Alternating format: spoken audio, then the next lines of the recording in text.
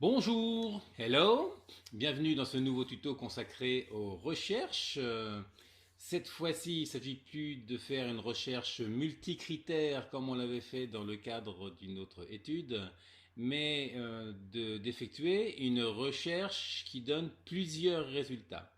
Par exemple, dans cet exercice, il y a plusieurs éléments qui ont le même prénom. Et donc l'idée, c'est de récupérer tous les noms qui ont comme prénom le prénom que l'on indique dans cette cellule-là. Donc évidemment, on pourrait envisager de faire ça sous la forme d'un filtre, de filtre avancé, par exemple, ou de faire ça en faisant la programmation VBA. Mais là, l'idée, c'est d'utiliser des formules, uniquement des formules Excel, pour obtenir le résultat. Pour pouvoir atteindre ça, je propose de procéder en deux étapes. Une première étape va consister à déterminer l'emplacement dans la liste des différents marques que l'on a, enfin des différents éléments qui ont comme prénom ce que l'on indiquera dans la cellule F1 ici. Et en deuxième étape, à partir de cet emplacement-là, simplement récupérer donc le nom associé sur la position déterminée. Donc voilà, donc l'emplacement de l'élément en question dans ce premier exercice, parce que là nous allons aborder ça sous la forme de trois exercices différents. Un premier exercice qui va le faire dans le sens vertical, un deuxième absolument équivalent dans le sens horizontal, où il s'agira simplement de transposer en quelque sorte les lignes et les colonnes, et un troisième exercice qui permettra là, cette fois-ci, de dire par rapport à un tableau de ce type-là, j'aimerais bien récupérer pour chacun des clients toutes les références qui sont OK, les unes à côté des autres et non pas toutes les références dispersées au sein du tableau. Quelquefois, ça peut être intéressant de pouvoir refaire cela. Ça m'a été posé d'ailleurs dans le cadre d'une question par mail par un membre parmi vous. Donc commençons par le vertical. Donc déterminer dans un premier temps la position des différents marques à l'intérieur de la liste. On va faire ça dans la colonne M en sachant que les listes des noms, je souhaitais récupérer dans la colonne L. Donc je vais déterminer l'emplacement dans la colonne M. Qui dit repérer un emplacement d'une information à l'intérieur d'une liste, ça doit nous faire penser immédiatement à la fonction equiv. Donc allons sur la fonction equiv par l'intermédiaire de l'assistant fonction. Catégorie recherche et matrice, recherche et référence selon la version dans laquelle vous êtes. Et la fonction equiv renvoie la position relative d'un élément dans une matrice qui correspond à une valeur spécifique dans un ordre spécifique. OK. La valeur cherchée, c'est la valeur qu'on déterminera, c'est celle qui nous sert de repère. En l'occurrence, ici, on souhaite récupérer tous les noms qui ont comme prénom ce qu'on indique dans la cellule F1, donc ça va être F1. Et comme il s'agit d'une recherche avec plusieurs résultats, la liste des différents noms, je vais vouloir l'avoir dans une plage. Ça veut dire que ici, les différentes positions relatives, je vais les récupérer à l'intérieur d'une plage. Mais dans toutes les cellules de la plage en question, ce sera toujours le même prénom qui nous intéressera. Donc, il faut le verrouiller à l'aide de la touche F4 pour positionner les dollars. On va tout de suite lui indiquer le type 0 qui va simplement signifier que si jamais le prénom n'existe pas à l'intérieur de la liste, ou alors si à un moment donné on ne trouve plus le prénom à la suite de la liste, eh bien il faudra qu'il nous renvoie un message d'erreur. Reste donc le tableau recherche. Évidemment, on peut penser à la liste des prénoms qui se trouvent ici, sauf que si on se contente de lui mettre cette plage A2 à A13 ou un peu plus, même s'il y a besoin d'aller plus loin, on récupérera toujours la même position 2, quel que soit l'endroit où on va recopier ça. Et pas question de... Même si on ne lui met pas les dollars, hein, si on ne lui met pas les dollars, il va décaler au fur et à mesure, mais on n'aura jamais la bonne information parce que dans le deuxième cas, il va nous renvoyer, je sais pas, 2 à la place de 3 ou 4, etc. Donc, on n'aura pas la bonne information.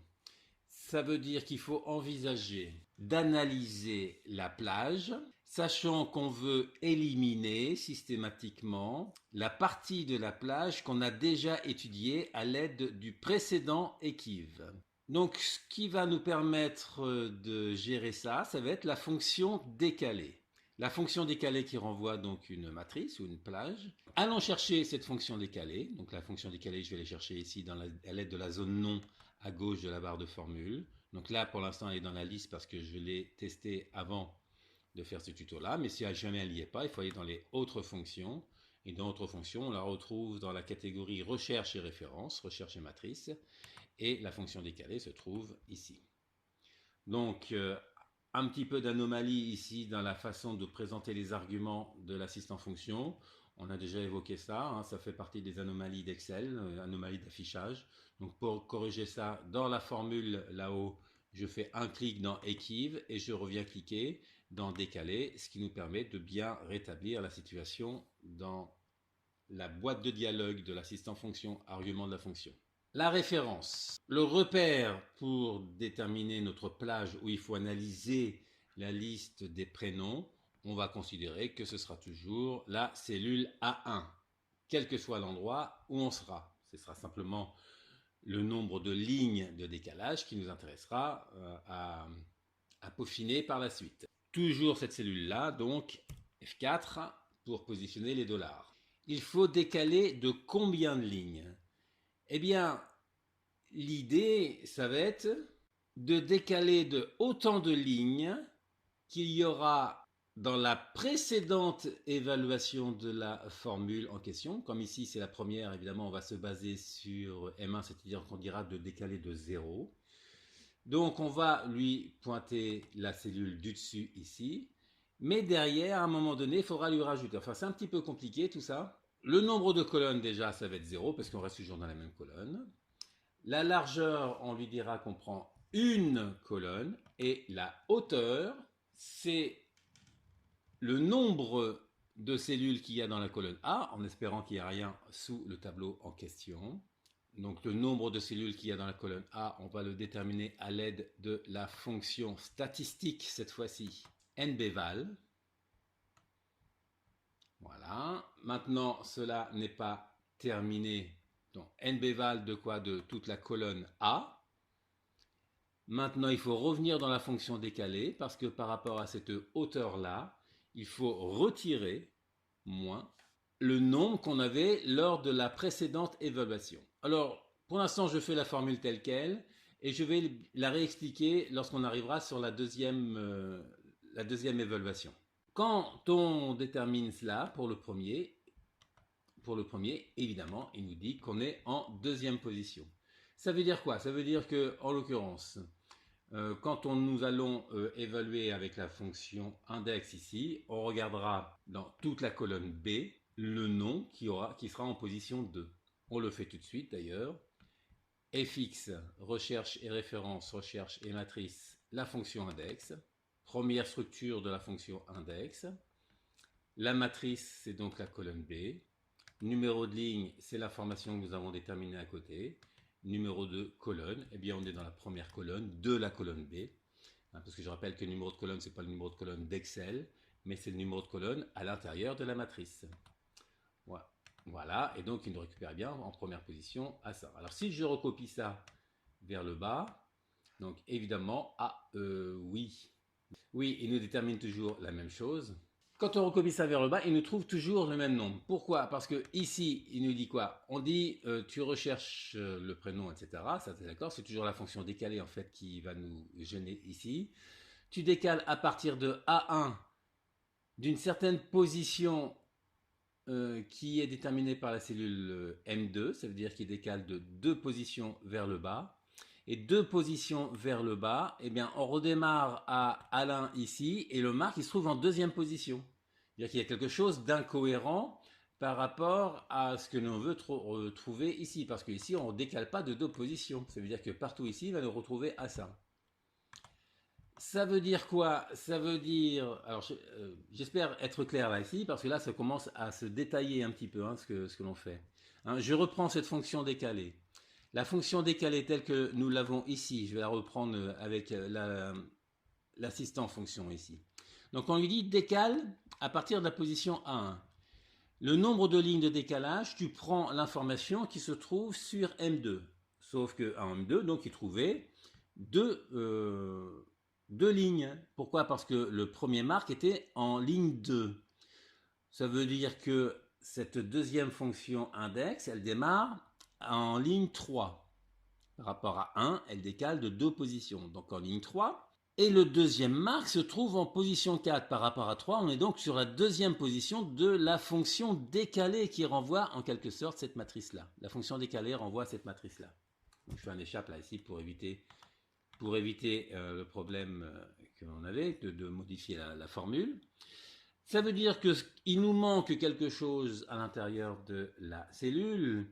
Il faut lui dire l'information que tu trouves à ce niveau-là, il faut l'ajouter à la précédente évaluation de la formule. Ça veut dire que ce qui nous manque ici, c'est par rapport à Equiv, il faut lui dire, tu fais un plus, le M1 qui était au-dessus. Donc évidemment, le premier ne change pas. Et quand on recopie vers le bas, voilà, il trouve donc le premier qui se trouve en position 2, 4, 11, 12. Les prénoms, les marques sont bien en 2, 4, 11 et 12. Évidemment, les noms associés correspondent bien. Si on réexamine la situation de la deuxième formule, notamment la situation de la fonction décalée ici. La fonction décalée nous renvoie une matrice qui est décalée de la précédente information ici. Donc ça veut dire que la fonction décalée analyse la situation dans cette matrice-là. Concrètement, elle nous renvoie la position 2 parce que Marc est en position 2. Sauf que là, on lui dit, tu rajoutes le 2 du dessus. Ça veut dire qu'il va retrouver le Marc qui se trouve en position 4. Même principe pour le deuxième ici. On lui dit quoi? Tu décales par rapport à l'information qui se trouve au-dessus. Ça veut dire que tu décales de 4 positions par rapport à 1. Tu décales donc 1, 2, 3, 4. Tu démarres à la suite du précédent marque, en fait. C'est ça que ça veut dire. Et par rapport à cette situation-là, l'information qu'on va retrouver, donc le prochain marque se trouve en position 1, 2, 3, 4, 5, 6, 7. Par rapport au septième, il faut rajouter les 4 cellules du dessus pour lui dire que dans la plage de la colonne d'à côté, le prochain marque se trouvera en position 11 et non pas en position 7. Donc voilà comment fonctionne cette formule. Pas très simple, je reconnais, mais qu'il faut essayer de bien analyser. C'est-à-dire que c'est un petit peu de logique qui permet de construire cette formule-là. Une fois qu'on a compris ça, la suite, ça va aller beaucoup mieux. Maintenant, juste, on va peaufiner parce que les ENA ici sont pas très agréables à voir. Donc, on va simplement lui rajouter, ça vous connaissez le principe, le si erreur, et donc à la fin, point virgule, 2 guillemets, je ferme la parenthèse, et nous allons recopier ça jusqu'en bas. Ok, et même chose à côté. Si erreur, donc je fais un double clic, il met la parenthèse tout dessus tout seul, et à la fin, point virgule, guillemets, guillemets pour dire qu'on veut rien afficher, et j'efface. Entrée, et je recopie jusqu'en bas. Double clic. Voilà pour ce premier exercice. Le deuxième exercice va être exactement équivalent à la différence près qu'on va être dans le sens horizontal. Donc je le reprends en entier, je ne m'amuse pas à recopier les formules, etc. Nous allons refaire les formules. Donc j'ai toujours le prénom que je cherche à ce niveau-là. Donc avec la liste des prénoms qui a été définie dans une liste déroulante à l'aide de données, validation des données. Et je voudrais récupérer la liste des noms ici dans cette colonne-là, par exemple. Donc première approche, nous allons commencer dans la colonne A par déterminer la position relative de tous les marques dans cette liste-là. Même principe que tout à l'heure. Donc tout à l'heure, on a vu qu'il était intéressant d'avoir la fonction si-erreur. Donc on va directement démarrer avec la fonction si-erreur. La fonction si-erreur appartient à la catégorie logique. Voilà, si-erreur. Donc on va tout de suite lui mettre la valeur si-erreur, donc les 2 guillemets. Et dans l'argument valeur, on va rechercher une autre fonction. Cette fois-ci, je vais directement prendre la fonction equiv qui est dans la liste, puisque là, vous l'avez utilisé récemment. Equiv, donc là, évidemment, ça commence à se détacher un petit peu là-dedans. Donc, même principe tout à l'heure, un coup sur si erreur, un coup sur equiv pour bien aligner les arguments dans la boîte de dialogue. La valeur cherchée, c'est le prénom que l'on cherche ici, avec les dollars, F4. Le type, je lui mets tout de suite 0. Et le tableau recherche, évidemment, c'est la fonction décalée, de la même façon que ce que nous avions fait tout à l'heure.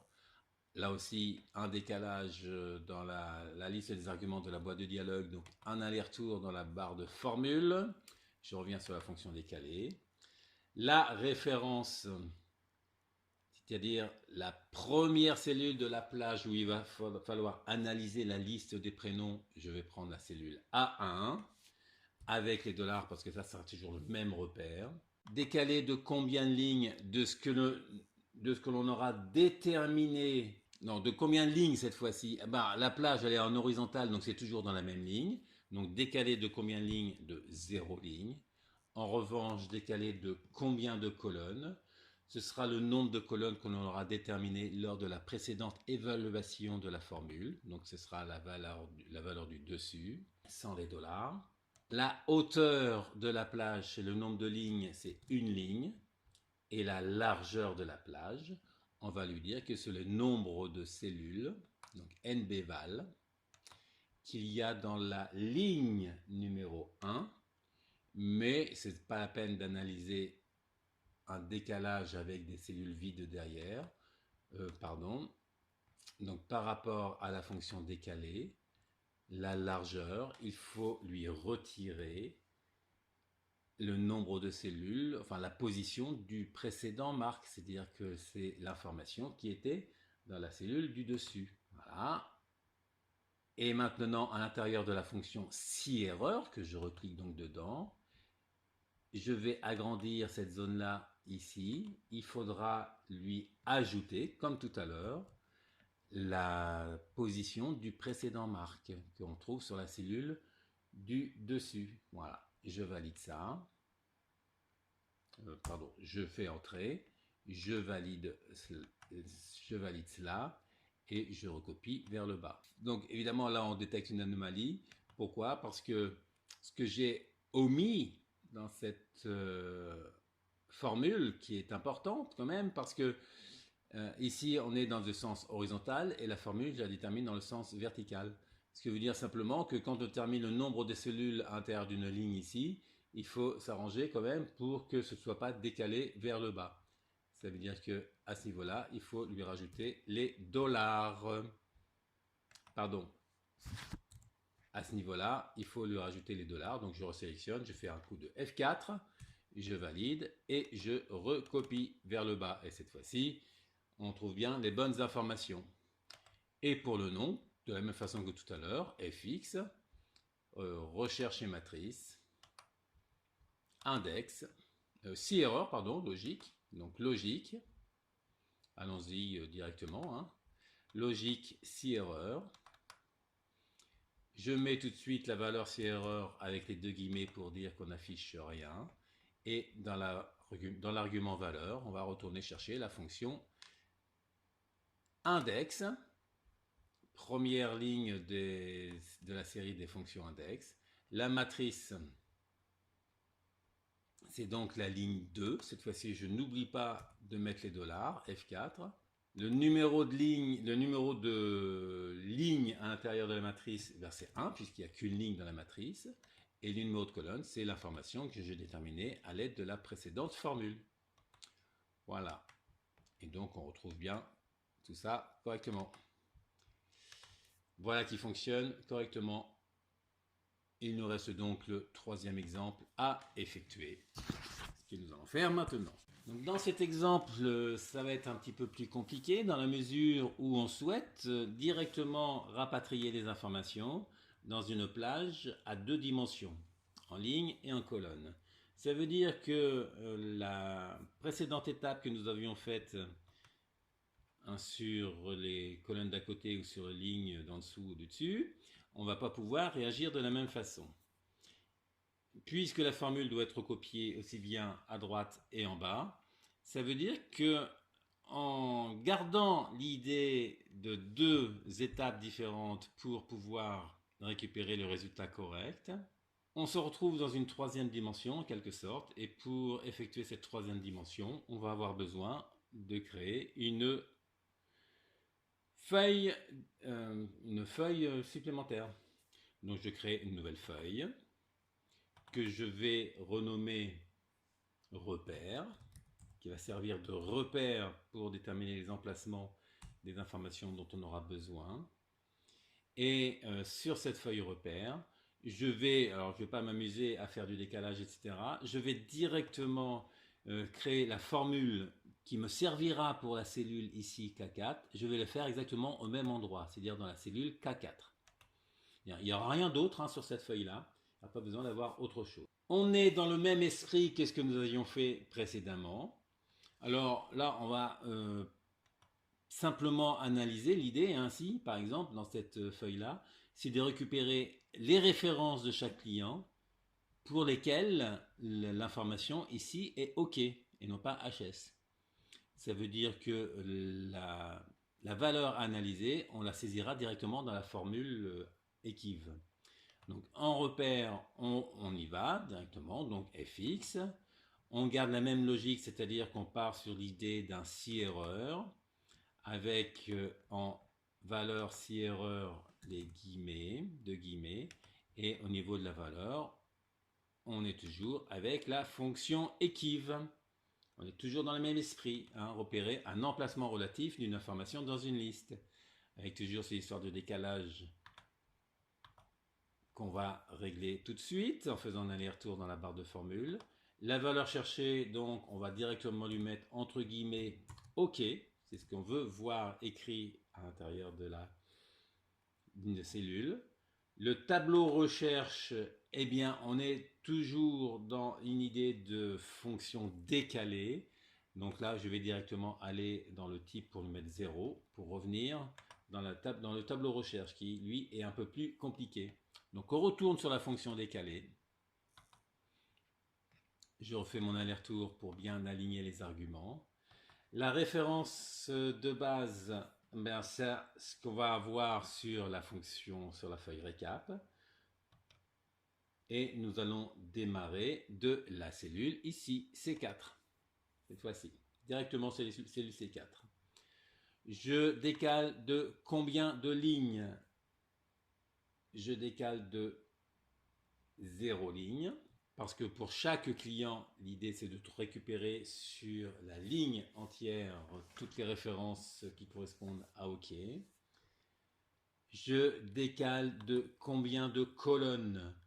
Eh bien, c'est le nombre de colonnes qui sera déterminé par la cellule précédente, c'est-à-dire dans la feuille repère ici, c'est la cellule de gauche ici. Je m'intéresse à combien de lignes pour ma fonction de recherche? Je m'intéresse à une seule ligne. Et je m'intéresse à combien de colonnes? Je vais donc aller utiliser la fonction nbval. On est exactement dans le même principe que ce que nous avions fait dans la partie horizontale ici. Donc la fonction nbval. Et dans la fonction nbval, on va aller sur la feuille récap. Et cette fois-ci, attention, on va pointer uniquement la plage qui nous intéresse ici. C'est-à-dire je pointe uniquement de C3 à J3.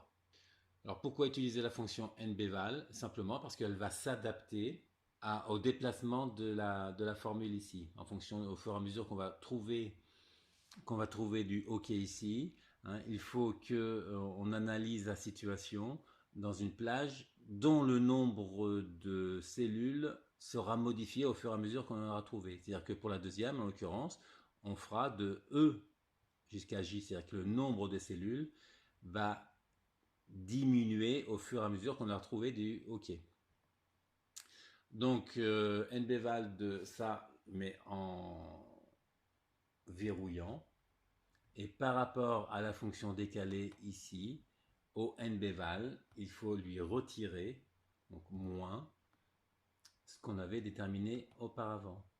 Et même principe que ce que nous avions fait tout à l'heure, c'est-à-dire dans la fonction si erreur, donc là je vais agrandir en cliquant sur le petit carré à droite, il faut lui rajouter l'information qu'on avait déterminée ici. Voilà, je valide ça, je fais un petit OK. Donc là, il trouve évidemment qu'on était en première position et je recopie cette formule-là sur autant de cellules qu'il est nécessaire d'avoir de l'autre côté. Bon, si j'en fais un peu plus ici, c'est pas grave. Ok, ce qui sera important, c'est ce qu'on aura de l'autre côté. Ça me paraît bizarre ici qu'il n'y en ait que 2 alors que sur la feuille récap ici il y en avait 3. Où est mon erreur ici? Évidemment, l'erreur provient du fait que par rapport à la fonction décalée ici, il ne faut pas oublier de verrouiller la cellule repère ici. La cellule repère, c'est toujours la même. Donc F4. Ok, donc bien repérer la cohérence de ce que l'on a dans le tableau par rapport à ce que l'on attend. Hein, de l'autre côté, on avait vu qu'il y avait 3 OK au moins sur chaque cellule, sur chaque client. Donc on devra avoir au moins 3 résultats. Voilà, je recopie. Donc là, je dépasse volontairement. Là, en revanche, un problème parce que j'ai toujours la même chose sur tous les clients. Donc là, c'est pas cohérent, hein, puisqu'on n'a pas la même chose sur tous les clients. C'est pas les mêmes positions.